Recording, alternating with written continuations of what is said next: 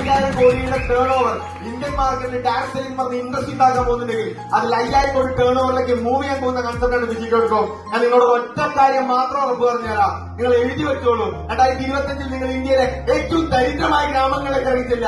ആ ഗ്രാമങ്ങളിൽ ചെന്നിട്ട് നിങ്ങൾ അന്നാ നാട്ടിൽ കാണുന്ന ഒരു പയ്യനോട് ചോദിക്കാം, മോനെ ഈ നാട്ടിലെ ഏറ്റവും വലിയ കോടീശ്വരനെ വേറെന്താന്ന്.